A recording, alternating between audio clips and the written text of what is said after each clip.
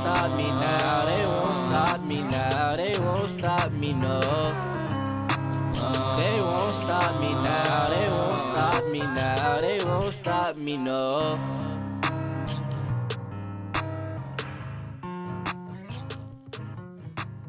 Hello and welcome back to We Are Mighty. What is We Are Mighty?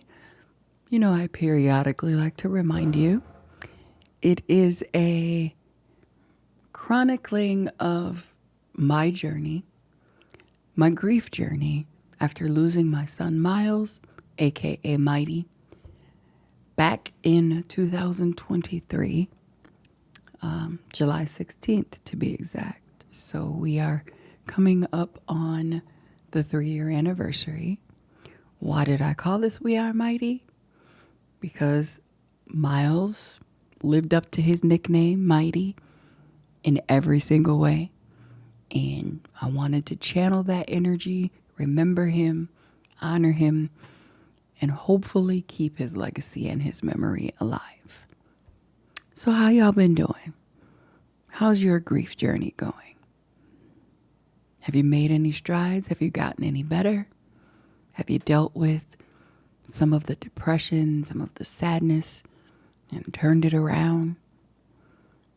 I've been doing okay, except this month is pretty hard for me. It's, like I said, we're coming up on the 3-year anniversary of Miles' death, and I don't know, it's like as soon as it hits July, I just get into this funk, and I have to stop that because, we know if you've seen one of my previous episodes, I talked about how things happened on the 4th of July of that year that I felt were like a premonition of what was coming because my attention was drawn to the building where 2 weeks later my son was killed on the rooftop.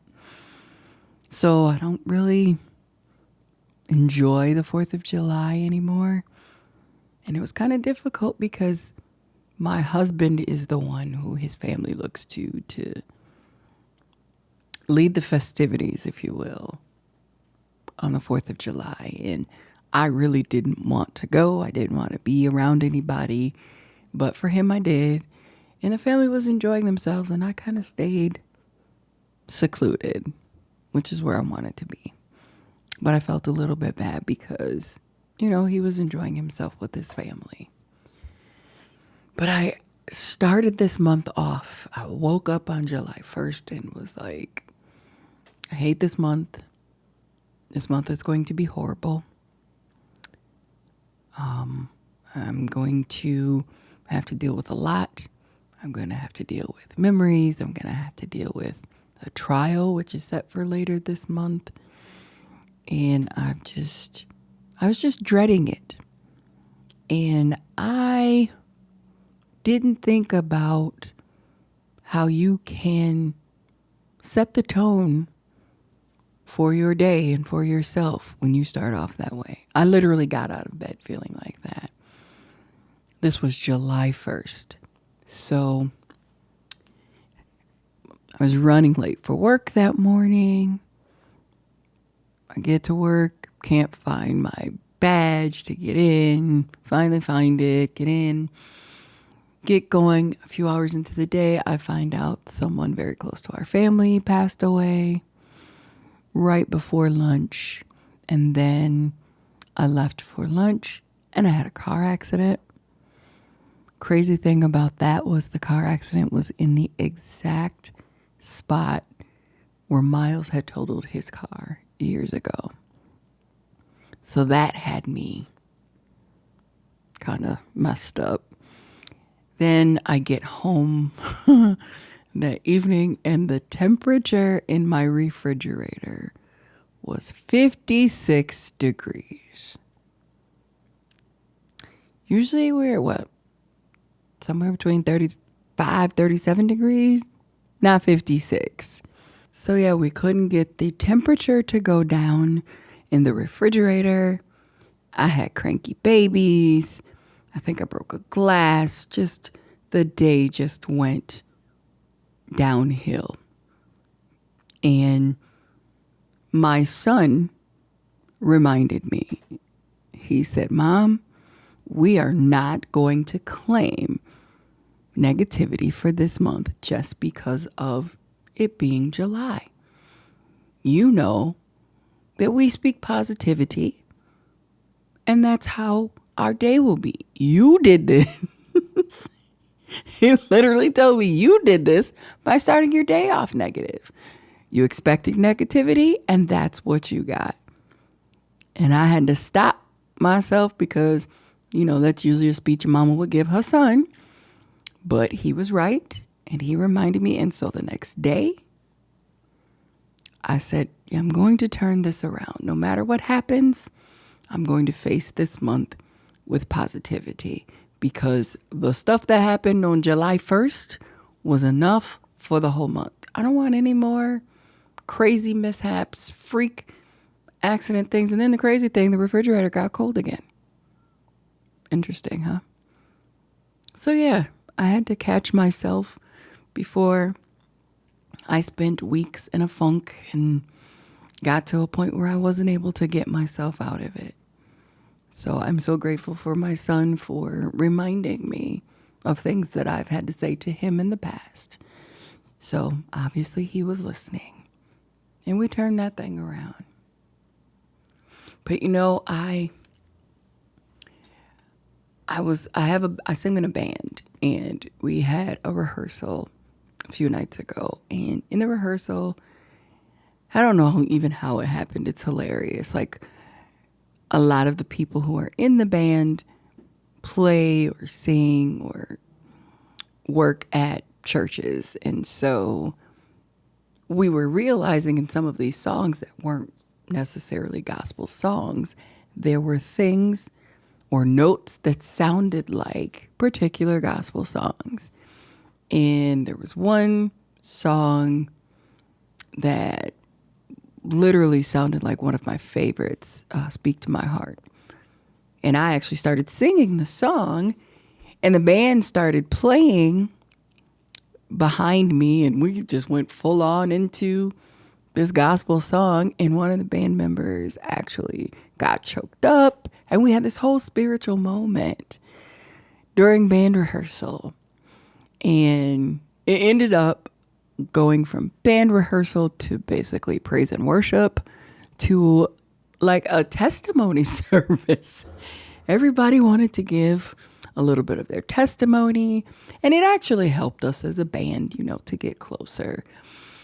But I started to talk about, the situation with losing my son, and it made me question a lot of things. And it was difficult for me being a praise and worship leader because I knew that I was continually questioning God.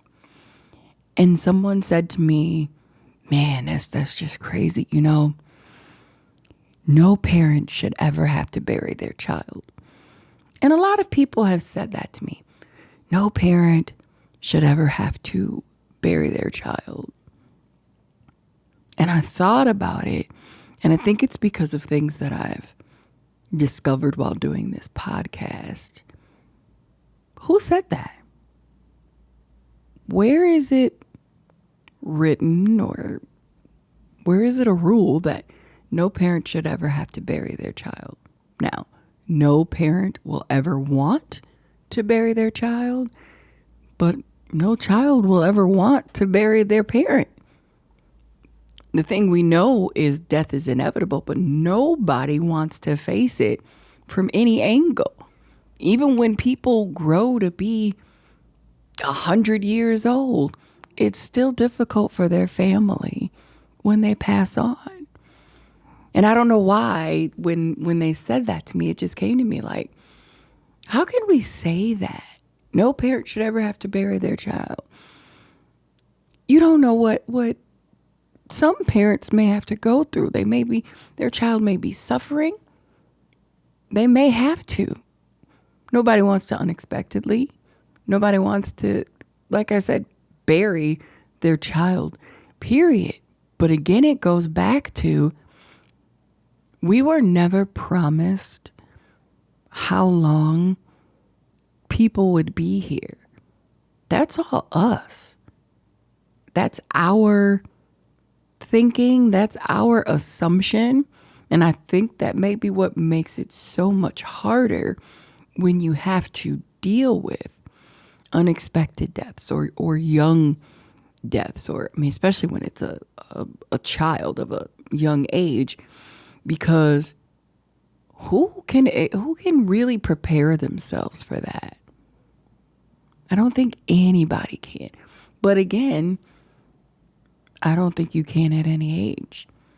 Even when someone is terminally ill and you have a chance to say your quote unquote goodbyes while they're here, or even, I know someone who her mother was terminally ill, and towards the end, the mom literally wrote out how her funeral was to be run, what songs she wanted sung by what singer, the order of service, how long she wanted things to be, how she wanted everything to pan out.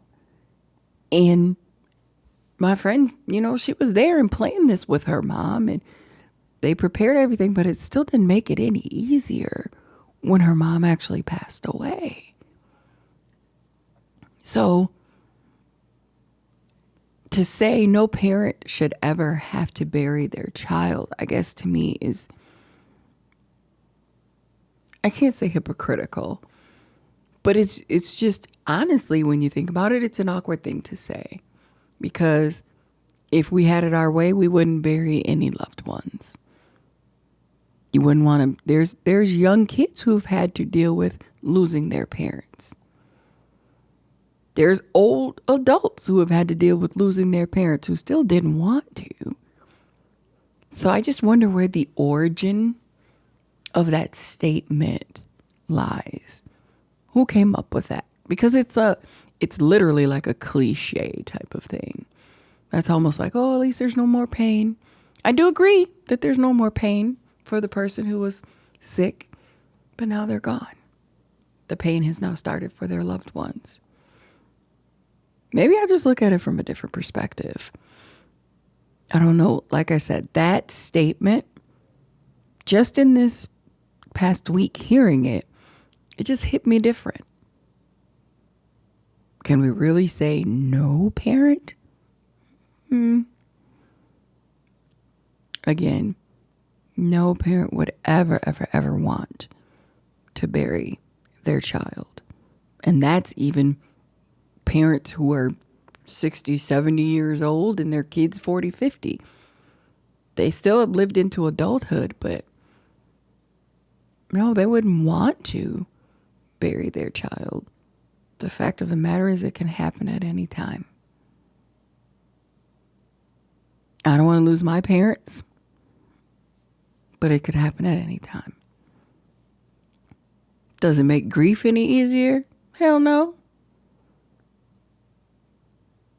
It doesn't matter the situation as far as I'm concerned. I don't know anyone who said, my mom was sick, she was going through, or my mom lived to be 100. Now I have seen, my mom lived to be this age, and so she lived a full life, and, I can't say that she didn't accomplish anything or whatever, but they still were hurt. So what's the difference? I think the difference may be, I guess, the level of pain, the level of quote unquote suffering that you deal with when you have to bury your child, or you as a young person have to bury your parent. There's definitely levels of the pain and the grief, and like I've said before, two people can lose a child at the same time in life, maybe even the same way, and still deal with it completely different because the relationships are different, the dynamics are different. So I just wonder, is there any perfect statement when someone is dealing with loss? It's rhetorical because I don't feel there is. But some statements, it just makes you think. It makes you, some statements can make you put things in perspective, into a perspective to think about. It really makes you think about life and death a lot. But other statements can be crass. I was upset that a family member said to me, well, July comes at the same time every year. And so you've got to be prepared for it and just not let it get to you. And I was upset at that. But I guess they're right. It does come at the same time every year. It's going to come at the same time every year.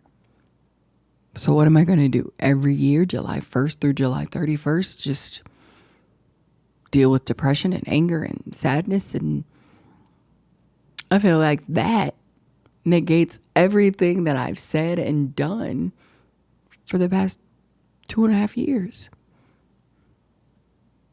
So I have to really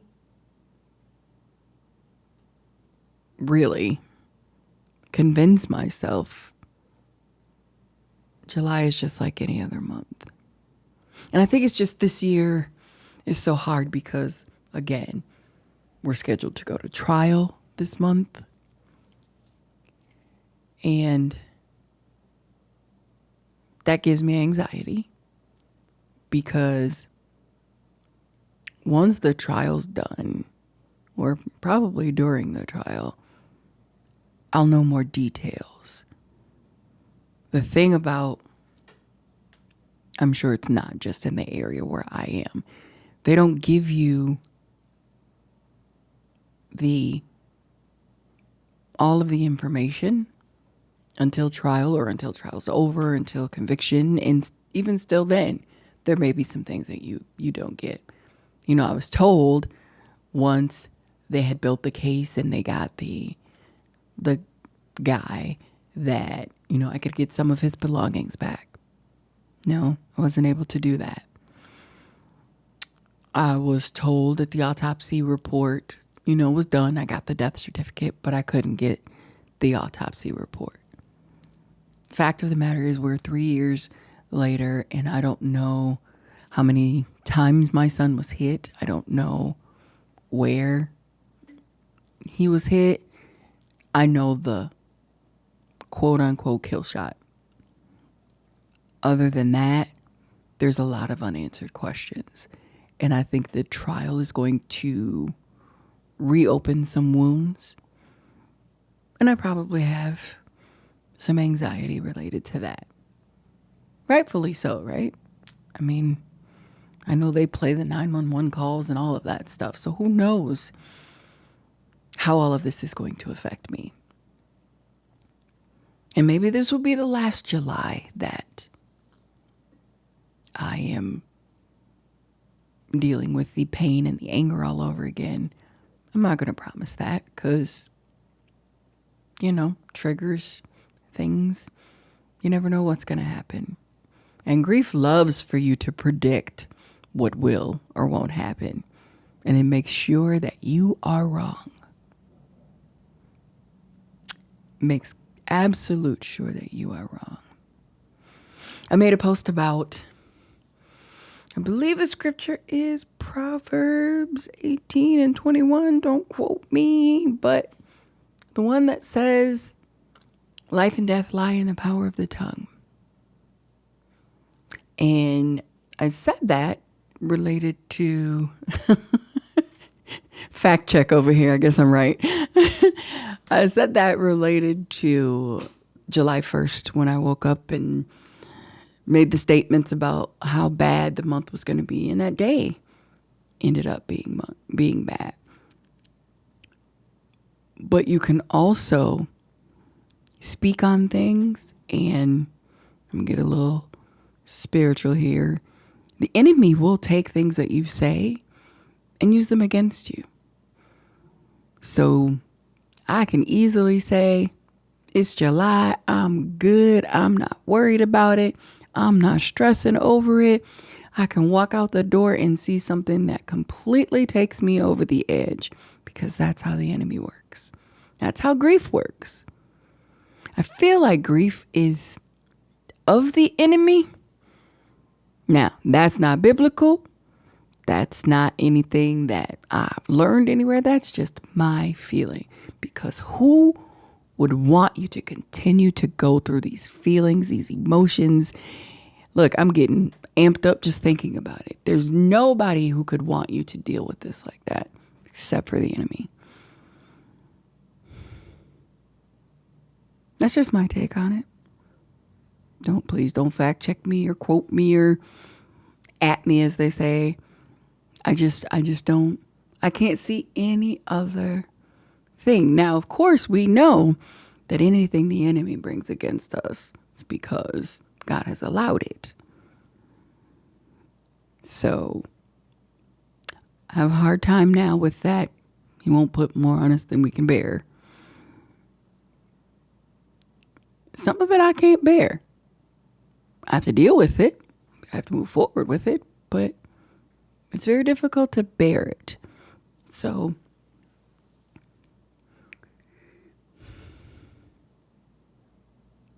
I'm going to tackle this month like I tackle anything else. I'm going to prepare, and I'm going to expect the unexpected, and I'm going to be ready for what may come my way, because it's unknown. It's unknown how I will be triggered. It's unknown what I will hear, how it will affect me. Now, I pride myself on dealing with things with poise and grace. And I think I've done pretty well. I think it's been a little over a year of looking at my son's killer every month. So I think that I can still deal with this trial with poise and grace. It's going to take a lot of prayer. It's going to take a lot of support. But I think I have that. And we're just going to take July as it comes, I guess. So I have my ups and downs still. As grief would have it. Wouldn't be grief if I didn't.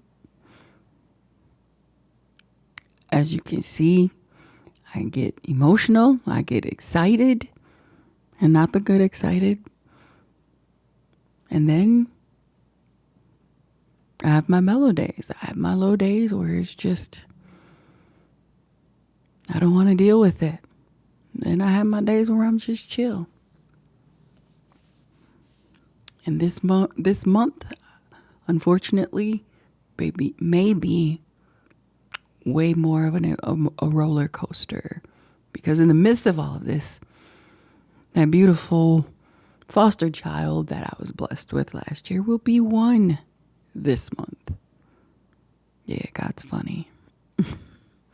In the midst of all of this, we're now planning a birthday party for an amazing little boy who is walking, by the way. I'm proud of him. So it's definitely going to be a crazy roller coaster. I remember when I used to ride roller coasters, there was one at one of the amusement parks that went like 90 some feet in the air and then like 110 drop before it went back up in the air. Yeah, I feel like it's going to be that kind of roller coaster this month. But I'm preparing. So I'm going to put on my virtual seatbelt, make sure I am locked in, and I'm not going to say enjoy the ride, but I'm going to go along with it because I have no choice. Crazy thing is, In true We Are Mighty fashion, this is absolutely not the direction I expected this podcast to go tonight.